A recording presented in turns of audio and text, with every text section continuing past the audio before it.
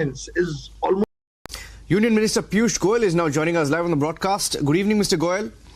What is the message, Mr. Goyal, that you're taking to the people? For example, the messaging in the Congress manifesto has been that, of course, they're promising handouts to people, 1 lakh crore for poor women. They're trying to say that, we will focus on the poor. We will ensure that the poor has more in its hand. What is the big message or takeaway from the BJP manifesto? What is the message you're going to take to the people? I think one of the biggest takeaways from the Sankalp Patra that Prime Minister Modi has unveiled today is the fact that the people of India trust Prime Minister Modi.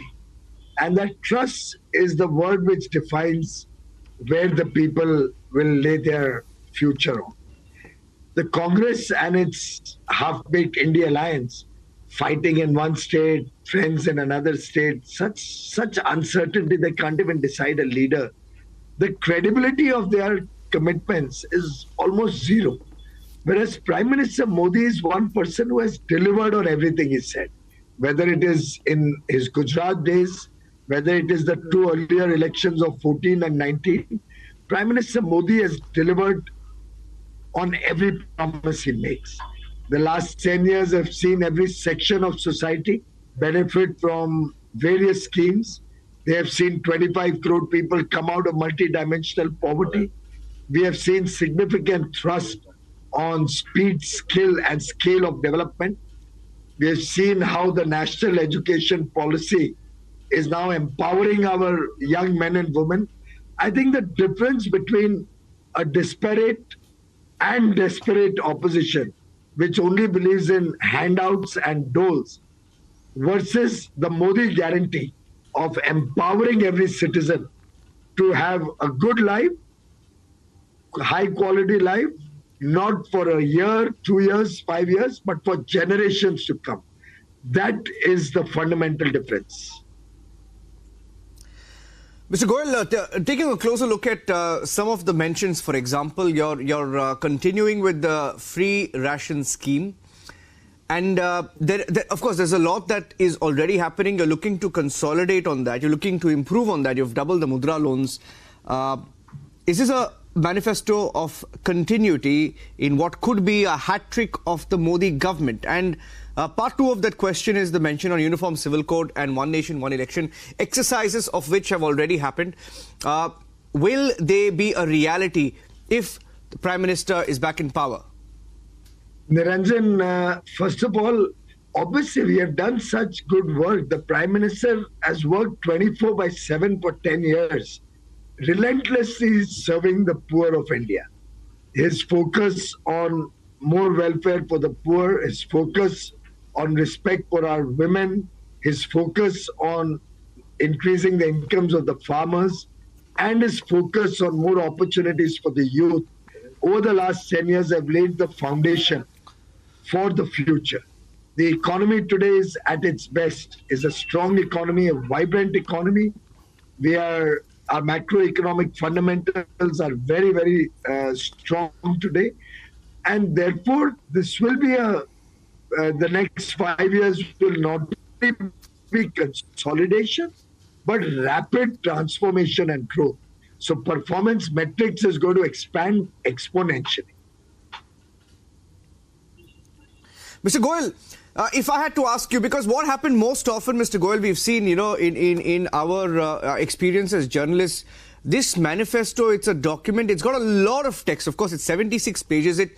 Each point will not hit home in every corner. It will not reach 1.6 billion people. Of course, you will try your best to do that. If I had to ask you, to the layman who's watching, listening, what is the difference between the BJP's manifesto and what the Congress party has promised to its people, its voters, supporters? Well, I think that, as I said, the big difference is our focus on sustainable development, the focus on inclusive growth, the focus to make sure that we empower 1.4 billion Indians through better housing. Mr. Modi has guaranteed to make 3 crore more free homes on the top of 4 crore homes already approved and delivered. So in effect, 7 crore means 35 crore, 1/4 of India's population. would be receiving a free home, a pakka ghar, which will give them a better quality of life for generations into the future.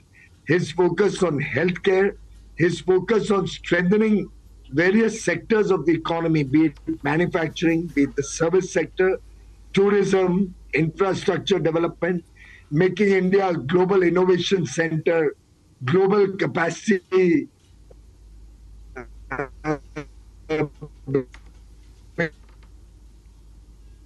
building center, center of global this will lead to greater job creation, will lead to new opportunities for our youth. So effectively, it's a Sankalp Patra commitment for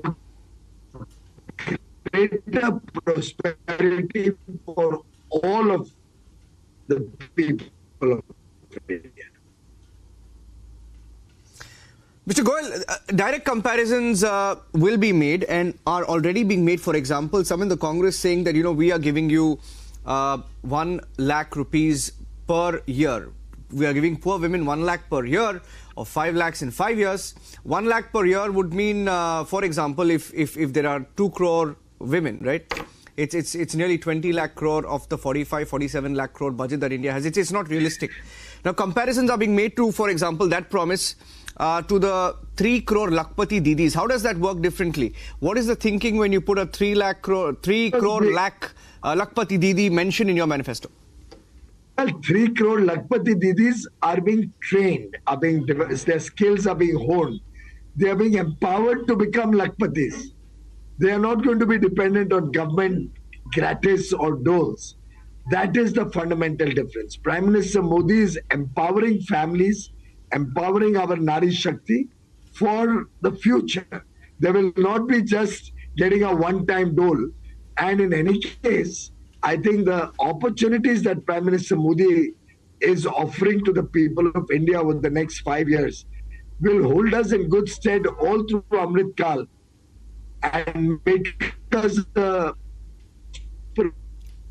developed nation. So this is just the beginning. We've already made 1 lakh.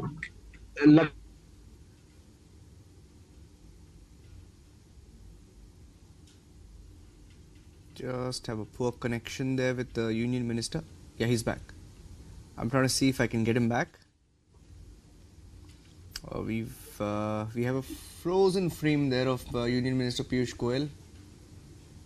I'm just going to try and see if I get him back. Mr. Piyush Goyal, if you can hear me, I think his frame is frozen. All right. I think we'll take a short break now. We'll take a short break right now and we'll try and reconnect with Mr. Piyush Goyal, who's just joining us on the BJP manifesto that was released this morning. He was speaking about the fundamental differences between the Congress manifesto, the BJP manifesto, and the approach that the Prime Minister has taken, what he has in mind for the next few years if the BJP were to be voted to power. Taking a short break here on Republic TV. Stay tuned.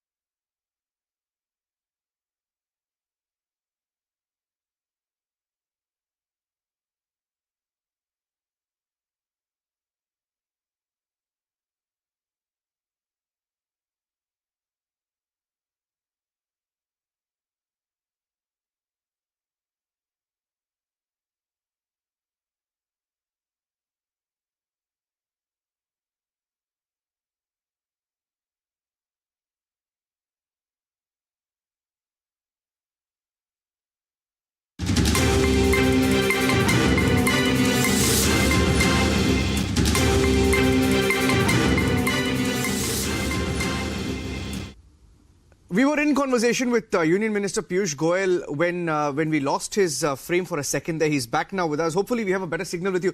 Mr. Piyush Goyal, sorry, I lost you at the point where you were telling us about the approach of the government to empower women than just give them handouts. Mr. Goyal. Yeah, the Prime Minister over the last 5 years we have seen has already made 1 crore Lakpati Didis. Now he has not made it by giving them a handout.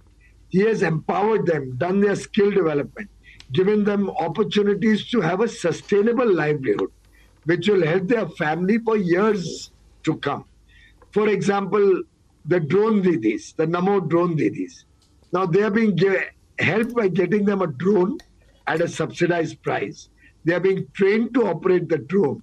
And then they are helping our farmers reduce their cost of farming. The amount of fertilizer used is reduced in the process. And overall, it's a win-win for the Lakpati Didis and for the farmers, and saves the country and the soil of the country from fertilizer.